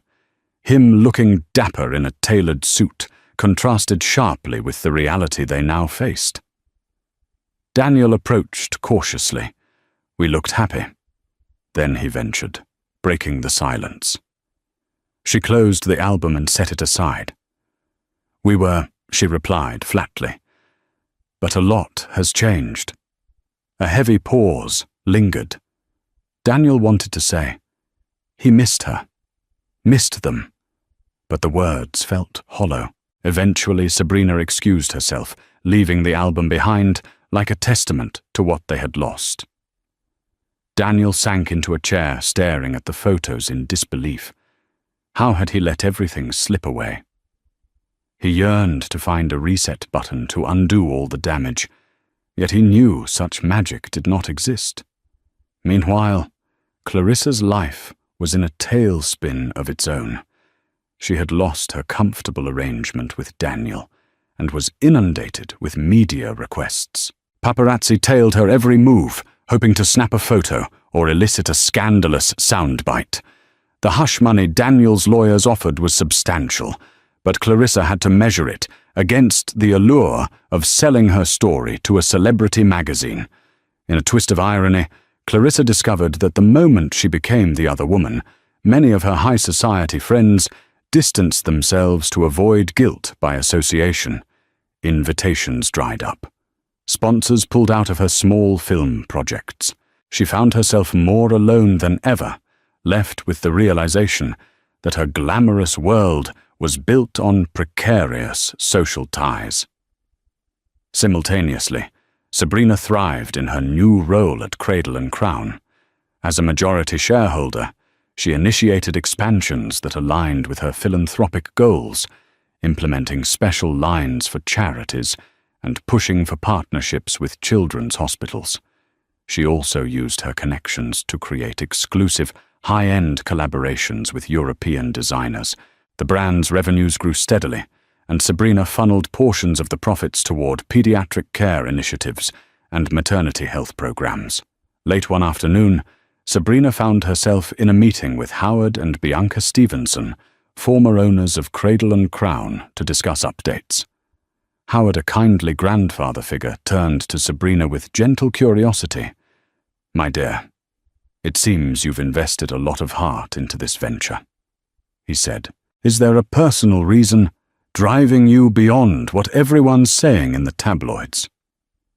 Sabrina paused, her eyes flickering with a mix of hurt and determination. "My child," she said softly, I want to build something that secures a bright future for him or her." And her voice caught for a moment. I refuse to let that future be tainted by betrayal. Cradle and crown is in a way my declaration that I'm stronger than that. Howard and Bianca exchanged empathetic glances. Bianca reached out and patted Sabrina's hand. "We believe in you, Sabrina. Whatever your reasons, the brand is in good hands." At home, Sabrina's growing success only magnified the chasm between her and Daniel. He struggled to reconcile the wife he once knew, soft-spoken philanthropic content, to remain in the background with this formidable new force who commanded boardrooms and overshadowed his power moves. On more than one occasion, Daniel's business peers commented on Sabrina's brilliance, some even joking that she was the real Harrington star nowadays. As painful as it was for Daniel, a part of him swelled with pride at her achievements. If only he could share in that pride without the lingering ghost of his betrayal. In fleeting moments, Sabrina allowed a glimpse of her emotional turmoil to surface. She would cradle her baby bump at night, tears wetting her pillow as she felt the baby move. Sometimes she questioned if she was doing the right thing by keeping Daniel at arm's length, especially now that they would soon become parents. Other times, she resolved that her boundaries were necessary for her own dignity. Daniel had to earn his place again, if that was even possible. And so the household existed in a fragile equilibrium, neither fully together nor entirely broken. With each passing day, the weight of consequences bore down on them all. Sabrina used her entrepreneurial success to cope, while Daniel confronted the wreckage of his once untouchable reputation. Their future remained uncertain, tethered by the life growing within Sabrina. A silent question lingered in every interaction. Could love and trust ever be restored after such a public betrayal? Or would their story become a cautionary tale for anyone who believed power could shield them from moral reckoning? A tipping point arrived 3 weeks before Sabrina's due date. Daniel's business was already wobbling, but a leaked government audit report sent everything into a downward spiral. Although the audit found no direct evidence of fraud, it raised questions about Daniel's leadership amid personal scandals. Investors panicked, and Harrington Tech Solutions stock value plummeted nearly 20% overnight. Daniel spent hours in emergency board meetings, phone pressed to his ear as he negotiated with panicked shareholders. By the time he returned to the penthouse late that evening, he was greeted by an unexpected sight. Sabrina seated on the couch, hands folded over her baby bump eyes, blazing with determination. "I'm calling a family council," she said. Her voice held a quiet authority that left no room for debate. Family council was a concept they had picked up from one of Sabrina's Swedish relatives, a tradition where the family gathered to address crises in a structured manner. Daniel was too exhausted to argue. He slumped onto the armchair across from her, bracing himself for whatever was coming. Sabrina began. "You've brought us to the brink. Your reputation is in tatters, and now your company is suffering too. This impacts our child's future, and I won't stand by and let it ruin everything." Daniel's voice was hollow. "I know I'm trying to fix it. The board wants me to step down temporarily to show good faith." She studied him for a moment, perhaps gauging how sincere he was. "Do you think that's the right move?" He exhaled shakily. "Yes. If I step down, maybe the company can stabilize. Maybe the contract won't be in jeopardy. But part of me feels like I'm failing, like I built this empire, and now I'm letting it slip away." Sabrina pressed her lips together. "You let something else slip away, long before this, our marriage, your integrity. Now you're dealing with the consequences." Daniel winced. Her words stung, but they were true. He closed his eyes briefly, summoning the courage to speak. "Sabrina, I know you have every reason to hate me, but I still love you. I'm sorry that my actions have caused you so much pain. I want to do right by you and our child. I'll do anything." She looked at him, sadness mingling with anger. "Love isn't a magic word that fixes everything, Daniel. We have to decide what kind of parents we want to be. Our child deserves honesty, stability, and respect. Right now, we're falling short on all counts. He couldn't meet her gaze." "So what do we do?" Sabrina inhaled, drawing strength from the life inside her. "You step down from the company. Do what's necessary to salvage your reputation. You get therapy counseling, whatever it takes to prove to me that you can be trusted again. In the meantime, I'm focusing on Cradle and Crown and preparing for this baby. If we're going to co-parent, we need to be on the same page." Her ultimatum hovered in the air.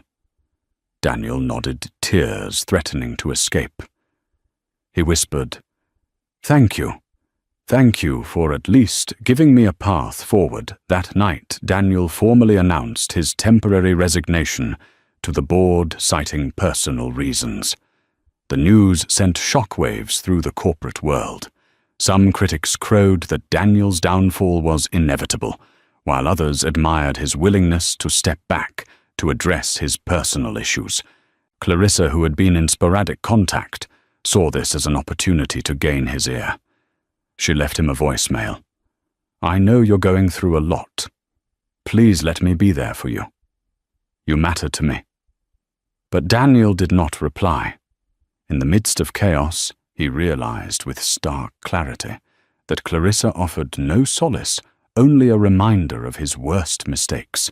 For the first time in months, Daniel tried to find genuine redemption. He started attending individual therapy sessions to confront the deeper reasons behind his affair. His fear of losing excitement, the sense of entitlement that came with success, the craving for an ego boost. He also booked appointments with a couples therapist, though Sabrina was hesitant to attend. She was not sure if she wanted to salvage the marriage or simply manage an amicable co-parenting relationship. Still, for the baby's sake, she agreed to try at least a few sessions. As Sabrina's due date approached, she experienced increased fatigue and anxiety. Publicly, she remained the poised entrepreneur, unveiling a new charity partnership with Cradle and Crown that provided free bassinets to financially struggling single mothers. Privately, she wrestled with questions of whether she should allow Daniel into the delivery room. She hated him for what he did, but she also understood that he was the baby's father. In the last therapy session before her due date, Sabrina voiced her deepest fears. What if I can't ever trust him again? What if the baby grows up sensing that tension, that resentment? The therapist offered gentle insights, explaining that healing was a process requiring time, remorse, and genuine change from Daniel. Ultimately, only Sabrina could decide if she was willing to see who Daniel became in his pursuit of redemption. That night, Daniel approached Sabrina in the hallway outside her bedroom. His eyes brimmed with remorse. "I know I've lost the right to expect your forgiveness," he said, "but I want to be there for the birth. Please let me be a father from day one." Sabrina's expression softened slightly. "I'll think about it," she replied gently, rubbing her belly as if seeking counsel from the life inside her. There was no immediate yes or no, only a fragile promise to consider his request. And so, on the cusp of new life, they hovered between heartbreak and hope. The tension in the penthouse remained taut, but now it held a faint glimmer of possibility.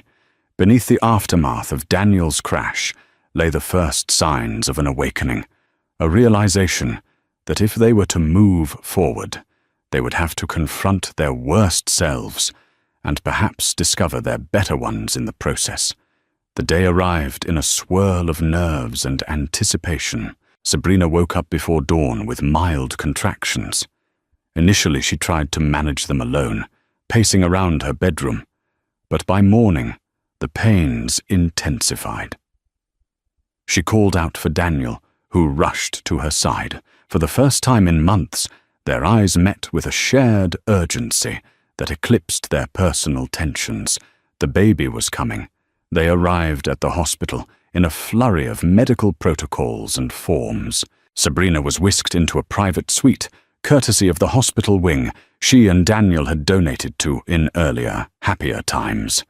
Nurses checked her vitals, monitored the baby, and administered pain relief. Throughout it all, Daniel was there, holding her hand, fetching ice chips, whispering reassurances. Despite her lingering resentment, Sabrina found herself oddly comforted by his presence. He was still the father of her child, after all. Hours passed. Contractions ebbed and flowed, and medical staff prepared for delivery. In a brief lull, Sabrina looked at Daniel, sweat dotting her brow. "I'm allowing you here because of the baby," she said, through clenched teeth, struggling against a fresh wave of pain. "Don't take it as a sign that I've forgiven you." He nodded solemnly, wiping her forehead with a damp cloth. "I understand. Thank you for giving me this chance." When it was finally time to push, Sabrina dug deep into her reserves of strength. Her emotions soared between exhilaration and fear. Through the haze of pain and elation, she felt Daniel's supportive grip on her arm. She heard the frantic encouragement of nurses and doctors, felt the swirl of adrenaline as the baby crowned. Then a single sharp cry pierced the air. A wave of relief washed over Sabrina as the doctor lifted a tiny wriggling form into view. A baby girl, pink and perfect. Her cries announcing her arrival with unabashed vigor. Sabrina burst into tears, overwhelmed by the miracle of new life. Beside her, Daniel stared at his daughter in awe, tears streaming freely down his face. "You have a baby girl," the doctor announced, placing the infant on Sabrina's chest for skin-to-skin contact. Sabrina felt her heart swell with a love so powerful, it momentarily blotted out every betrayal. She held her daughter close, marveling at the tiny fingers, the soft tufts of hair, the way the baby's squinted eyes struggled to adjust to the bright world. Daniel leaned in his voice, trembling as he said, "She's perfect. She's absolutely perfect." Gently, he brushed his daughter's cheek with his fingertip, a profound reverence in his gaze. For a fleeting moment, he and Sabrina were united in pure, unadulterated joy. In the hours following the birth, mother and child were monitored closely. Sabrina's exhaustion finally gave way to a wave of sleep. Daniel cradled the baby in his arms, promising her a better man than he had been. He whispered apologies. She wouldn't understand vows he hoped he could keep. Time stood still in that quiet moment, father and daughter illuminated by the hospital room's soft overhead light.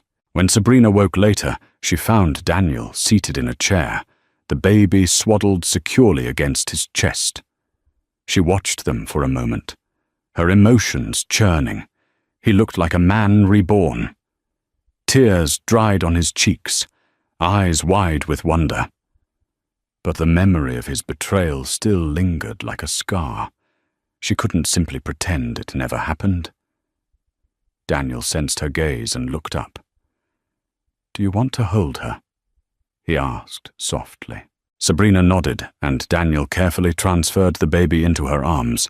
Their daughter yawned, tiny lips pursing in a content expression. Sabrina's heart clenched with a fierce, protective love, not just for the baby, but for the future. She wanted to protect Daniel. She began quietly. "This changes things. Not us, necessarily, but my priorities. Our daughter comes first above everything. I don't know if I can ever trust you the way I did before, but I won't deny her a father. If you want to be in her life, prove it. Show up for her. Be the man she deserves." He bowed his head, tears threatening to spill again. "I will, whatever it takes." Over the next few days, Sabrina remained in the hospital for observation, experiencing the normal bouts of postpartum vulnerability. Nurses taught her techniques for feeding and swaddling, and Daniel took copious notes, determined to be a hands-on father. There were awkward silences between them, remnants of distrust and unspoken hurt, yet there was also a glimmer of something new, a tentative hope that maybe through their daughter they could forge a different path. When Sabrina was discharged, they returned to the penthouse, now carefully reconfigured, with a nursery filled with cradle and crown pieces Sabrina had personally selected, no vestige of Clarissa's involvement in sight. The baby's name, Charlotte, was embroidered on a plush blanket. As Sabrina laid Charlotte in her crib for the first time, Daniel hovered protectively, ensuring she was comfortable. Sabrina glanced at him, recalling the day she'd discovered his deception. "In that very brand of crib store, I bought Cradle and Crown, because I refused to let you and Clarissa tarnish what should be ours," she said almost to herself. "This is our daughter's world now, and if you want to be part of it, you'll follow my lead." He replied quietly, "I understand, and I'm sorry for everything." She gave a small nod, acknowledging his words without offering absolution. Forgiveness was a process, not a one-time event. For now, their truce was a fragile one, carefully balanced on the promise of a better tomorrow for Charlotte. And so began the next chapter of their lives, one marked by 3 a.m. Feedings, diaper, changes, baby coos, and the slow rebuilding of trust in the shadow of betrayal. Whether Daniel and Sabrina would one day return to the love they once knew remained uncertain, but with Charlotte as their anchor, they faced the future, determined to give her all the love and security she deserved, forging a new kind of family in the aftermath of a very public scandal. In the end, Daniel and Sabrina's story reminds us that betrayals can happen in even the most glamorous circles. But so can strength and resilience. Sabrina bought an entire baby brand, not just to make a statement, but to secure her child's future. Daniel faced a crushing fall from grace, yet found a glimmer of hope in fatherhood. Their journey isn't a fairy tale ending, but a testament to the power of facing our darkest truths and choosing to move forward one step at a time. Thank you for joining us for this dramatic tale of betrayal, power plays, and unexpected redemption. If you enjoyed this story, please give it a like, share it with friends who love a good twist, and subscribe to our channel for more riveting real-life drama and fictionalized sagas. Your support keeps our community growing, so stay tuned for more stories that capture the essence of life's biggest highs and lowest lows